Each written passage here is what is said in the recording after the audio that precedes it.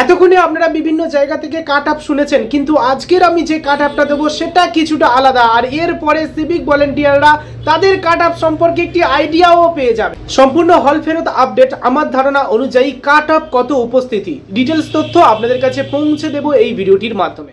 Hi friends, welcome to বাংলায় সেরা YouTube channel. আর প্রতিবারের মতো আপনাদের সাথে আমি West Bengal civic volunteer blogger রূপ।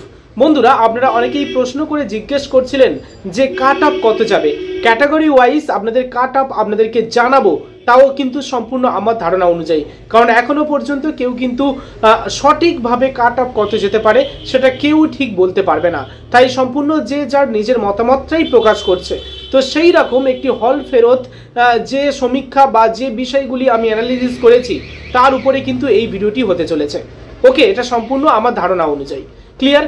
যেখানে আমি জানাবো যে ওয়েস্ট বেঙ্গল পুলিশে আপনাদের যে 30শে নভেম্বর পরীক্ষাটা হয়ে গেল, সেই পরীক্ষায় আপনাদের ক্যাটাগরি ওয়াইজ কাট অফ কত যাবে, এসসি এসটি ইউআর ওবিসি আপনাদের কাট অফ কত যেতে পারে এবং কত পেলে আপনারা মাঠে ডাক পেতে পারেন, এবং এখানে পরীক্ষায় উপস্থিতির সংখ্যা এবং কত প্রার্থী এখানে মাঠে উপস্থিত হতে পারে, এই সব বিষয়গুলি কত গুণ প্রার্থীকে মাঠে ডাকতে পারে, এই সব বিষয়গুলি জানতে পারবেন এই ভিডিওটির মাধ্যমে। তাই ভিডিওটি অবশ্যই লাইক করবেন, শেয়ার করে প্রত্যেককে জানাবেন। নিয়মিত চাকরি সংক্রান্ত এডুকেশন রিলেটেড গুরুত্বপূর্ণ নিউজগুলি দেখতে চ্যানেলটিকে সাবস্ক্রাইব করে রাখবেন। তাহলে চলুন ডিটেলস দেখে নেওয়া যাক। ভিডিওর প্রথমে ওয়েস্ট বেঙ্গল পুলিশ রিক্রুটমেন্ট বোর্ডকে অসংখ্য ধন্যবাদ এত সুন্দরভাবে এই পরীক্ষার আয়োজন করার জন্য বা সম্পূর্ণ করার জন্য। আজকের আমি যে কাট আপটা দেব, যেসব পরীক্ষার্থীরা পরীক্ষা হলে উপস্থিত ছিলেন, যারা পরীক্ষা দিয়েছিলেন, তাদের কাছে কিছু প্রশ্ন করার পরে তারা যে উত্তর দিয়েছে, অর্থাৎ হল ফেরত সমীক্ষা। বন্ধুরা, আমি প্রথমেই বুঝতে পারলাম যে বিষয়টা, সেটা হলো এই 30শে নভেম্বর পুলিশ ওয়েস্ট বেঙ্গল পুলিশের যে কনস্টেবলের পরীক্ষাটা হলো, এই পরীক্ষায় দুই ধরনের প্রার্থী উপস্থিত ছিল। এক ধরনের প্রার্থী যারা ওয়েস্ট বেঙ্গলে কম্পিটিটিভ এক্সামের জন্য প্রিপারেশন নিচ্ছে, আর এক ধরনের প্রার্থী যারা সিজিএল বা কেন্দ্রীয় সরকারের বিভিন্ন চাকরির জন্য প্রস্তুতি নিচ্ছেন। দুই ধরনের প্রার্থী এখানে উপস্থিত ছিল। তো এক ধরনের প্রার্থীর কাছ থেকে আমি শুনলাম প্রশ্নটা মোটামুটি ঠিক আছে বা সোজা মনে হয়েছে তাদের কাছে। কাদের কাছে? যারা সেন্ট্রাল গভর্নমেন্টের বিভিন্ন চাকরির জন্য প্রস্তুতি নিচ্ছেন তাদের কাছে। কিন্তু শুধুমাত্র তাদের উপরে নির্ভর করে কাট অফ হয় না। তাই আমি পরবর্তী আরও বেশ কিছু জনের জিজ্ঞেস করলাম যারা ওয়েস্ট বেঙ্গল পুলিশ পরীক্ষার জন্য প্রিপারেশন নিচ্ছে, সাথে সাথে বিভিন্ন ধরনের ওয়েস্ট বেঙ্গলে কম্পিটিটিভ এক্সামের জন্য প্রিপারেশন নিচ্ছে, তাদের কাছে থেকে যখন কথাগুলি আমি শুনলাম, তারা যে বিষয়টা বলল, তাদের কাছে ওয়েস্ট বেঙ্গল পুলিশের এই পরীক্ষাটা নাকি অনেকটা হার্ড হয়েছে, বা তাদের কাছে মনে হয়েছে যে মডারেট টু হার্ড। কেন?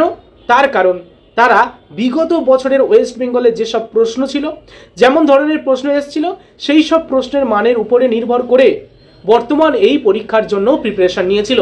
কিন্তু এই 30শে নভেম্বর পরীক্ষাটা সম্পূর্ণ আলাদা হয়েছে। এই প্রশ্নের মান ছিল কিছুটা আলাদা, বা তাদের কাছে অনেকটাই আলাদা লেগেছে। তারা যেমনভাবে প্রিপারেশন নিচ্ছে, তাদের আশানুরূপ পরীক্ষার প্রশ্ন আসেনি। তাদের কাছে মনে হয়েছে যে অঙ্ক যেগুলো এসছিল, সেই অঙ্ক বা ম্যাথগুলো তাদের কাছে ক্যালকুলেটিভ লেগেছে, তাদের কাছে লেন্দি লেগেছে, সেই কারণে সেখানে বেশি টাইম দিতে পারেনি। অনেকে তো অঙ্ক ছেড়ে দিয়ে এসছে।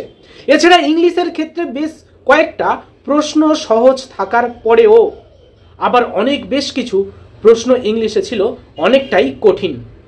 এছাড়াও তারা যেমনভাবে জিকে এবং যেমনভাবে কারেন্ট অ্যাফেয়ার্স তারা প্র্যাকটিস করে গিয়েছিল, তাদের মনের মতো সেখানে কিন্তু কোনো কারেন্ট অ্যাফেয়ার্স পায়নি, আর তাদের মনের মতো জিকে হয়নি। এছাড়া জিআই তাদের কাছে অনেকটাই হার্ড লেগেছে।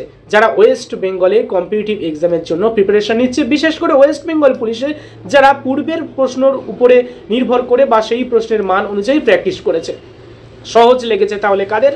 যারা কেন্দ্রীয় সরকারের বিভিন্ন চাকরির জন্য পরীক্ষা দিচ্ছিল, তাদের কাছে এটা মোটামুটি ঠিক আছে বা তাদের কাছে সহজ লেগেছে। তো উভয়ের কথা শুনে আমি যেটা এই মুহূর্তে সিদ্ধান্ত নিতে পারছি, 30শে নভেম্বর যে পরীক্ষাটা হয়ে গেল, সেই পরীক্ষার মান ছিল মডারেট টু টাফ। কিন্তু এখানে সহজ কোনো রকম তাদের কাছে লাগেনি।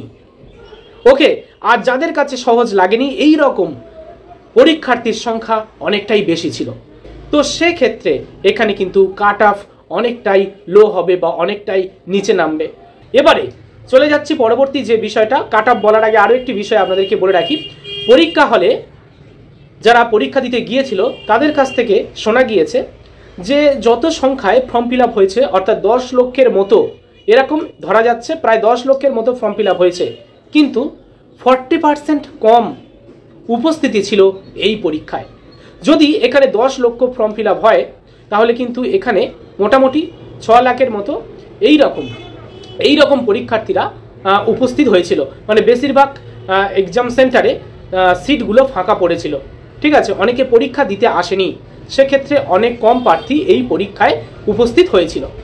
ওকে, এবারে যদি দেখা যায় যে মাঠে কত গুণ প্রার্থীকে ডাকতে পারে, 10 গুণ বা 15 গুণ প্রার্থীকে মাঠে ডাকতে পারে।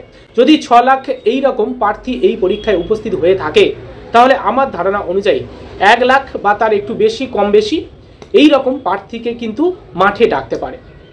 ওকে, এবারে চলে আসি কত পেলে আপনি মাঠে ডাক পাবেন। তো সেক্ষেত্রে আমাদের দেখে নিতে হবে কাট অফ। তো প্রথমে আমি বলবো ফ্রেশার্সদের অর্থাৎ সিভিক ব্যতীত সকলের জন্য, তারপরে সিভিকদের নিয়ে ধারণা আপনারা পেয়ে যাবেন। তো দেখুন সম্পূর্ণ ভিডিওটি, তাহলে বুঝতে পারবেন। দেখুন ইউআর প্রার্থীরা, ইউআর পুরুষ প্রার্থীদের ক্ষেত্রে এখানে 47 পর্যন্ত আপনাদের কাট অফ হতে পারে।